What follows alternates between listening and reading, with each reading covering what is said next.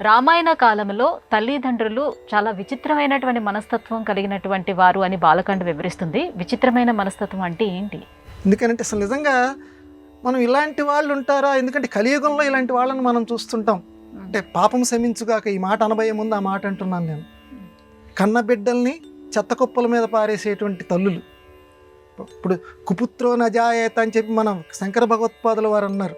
చెడ్డ కుమారుడు ఉండొచ్చు కానీ చెడ్డ తల్లి అనేది ఉండదు అని చెప్పి ఆ మహానుభావుడు చెప్పాడు.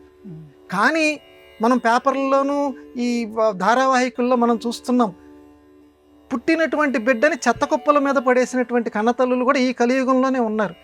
ఇట్లాంటి వాళ్ళు, ఇట్లాంటి తల్లులకు ప్రతినిధుల్ని కూడా వాల్మీకి మహర్షి రామాయణంలో వర్ణించాడమ్మా. నాకు రామాయణం చదువుతున్నప్పుడు చాలా ఆశ్చర్యం కలిగింది. అంటే ఇటువంటి తల్లులు ఈ కాలంలోనే ఉన్నారనుకున్నాము.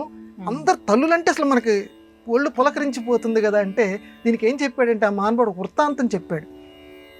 ఆ రోజుల్లో అంబరీషుడు అని ఒక రాజు ఉండేవాడు. అంబరీషుడు అంటే మామూలుగా ఏకాదశి సంబంధించిన అంబరీషుడు కాదు, ఉపవాసాలు ఉన్నటువంటి గొప్పవాడు ఈయన కాదు.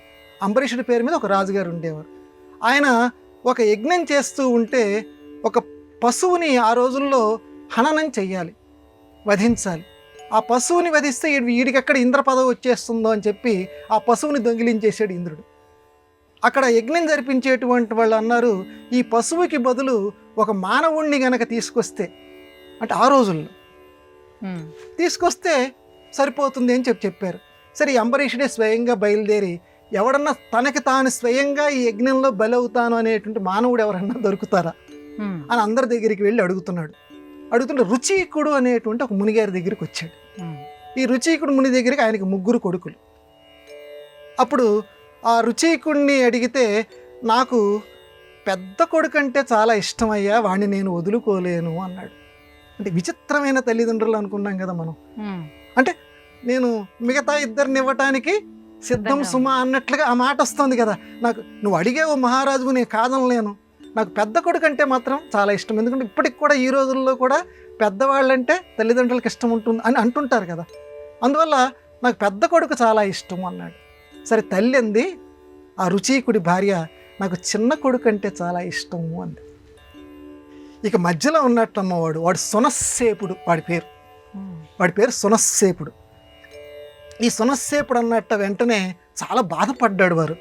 పెద్ద కొడుకునేమో తండ్రి ఇష్టం అంటున్నాడు, అంటే మా పెద్దన్నని తండ్రి ఇష్టపడుతున్నాడు, నాకంటే తక్కువ వాడినేమో తల్లి ఇష్టపడుతుంది. నన్ను వీళ్ళిద్దరిలో ఎవరు కూడా ఉండాలి అని అనిపించలేదు వీళ్ళిద్దరికీ. చాలా విచిత్రమైనటువంటి తల్లిదండ్రులు వీళ్ళు అని అనుకొని ఆ అంబరీషుడితో అన్నట్ట, నన్ను తీసుకెళ్ళవయ్యా, ఇద్దరికి ఇష్టం లేదు కదా అని చెప్పంటే, సరే మధ్యలో ఇలా వెళ్తూ ఉంటే సరే విశ్వామిత్రుడు దారిలో ఎదురయ్యి, సరే అది వేరే కథ అనుకోండి, ఈ సునస్సేపుడికి ఆ వధ నుంచి తప్పించుకునేటువంటి మంత్రాలని ఉపదేశిస్తాడు. ఆ నరవధ నుంచి ఈ సునస్సేపుడు తప్పించుకుంటాడు. అది వేరే కథ. మనం ఇక్కడ చెప్పదలుచుకుంది ఏంటంటే తల్లిదండ్రుల యొక్క విచిత్రమైనటువంటి ప్రవర్తన. అంటే ఆ రోజుల్లో కంటే ఇప్పుడు సాధారణంగా తల్లిదండ్రుల్లో మనం మమకారం అనేది ఏదో కొంచెం ఒకరి పట్ల ఎక్కువ ఒకరి పట్ల తక్కువ అని అనిపిస్తుంది. కానీ ఏ తల్లికైనా బిడ్డలందరూ సమానమే. ఇది సామాన్య సూత్రం. ఇది ఎక్కువ మంది తల్లిదండ్రుల దగ్గర ఉండేటువంటి విషయమే. కానీ ఇటువంటి మనస్తత్వం కలిగినటువంటి వాళ్ళు నిజంగా ఆ మాట అనొచ్చా అమ్మ?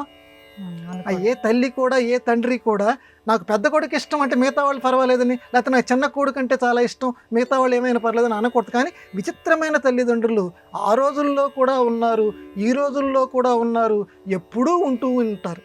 కాబట్టి 5 వేళ్ళు సమానంగా ఎలా ఉండవు, తల్లిదండ్రులు అనేటువంటి వాళ్ళందరూ కూడా ఒకే విధమైన మమకారాలతోటి, బిడ్డలందరూ కూడా ఒకే విధమైన మమకారాలతోటి ఏ యుగంలోనూ ఉండరు అని వాల్మీకి మహర్షి మనకి ప్రబోధించటానికి బాలకాండలో ఈ కథని మనకి చెప్పాడు.